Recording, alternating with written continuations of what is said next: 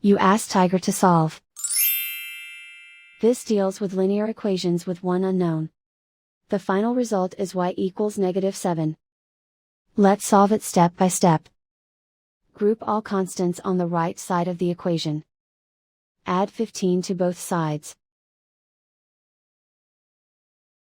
Group like terms. Simplify the arithmetic.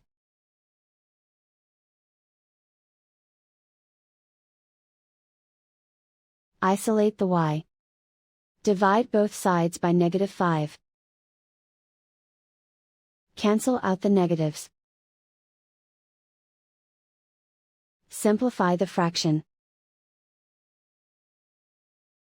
Move the negative sign from the denominator to the numerator.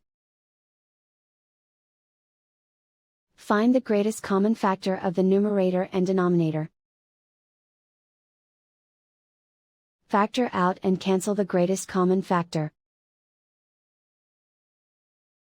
And so the final result is y equals -7.